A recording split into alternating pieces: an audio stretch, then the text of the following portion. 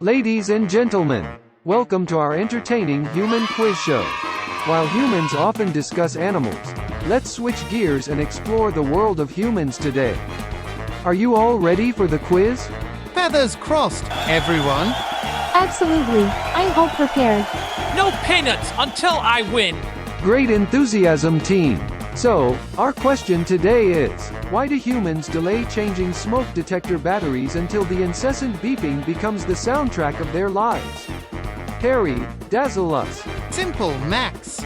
It's a cutting-edge avant-garde art installation. They call it Beeping Symphony in Procrastination Major. Ah, an auditory masterpiece. Lulu, your turn for brilliance. Max, it's a well-thought-out strategy. They believe the beeping adds a suspenseful twist to their mundane existence. The thrill of the unknown. Thrill seekers in their own homes. Jumbo, your unique perspective?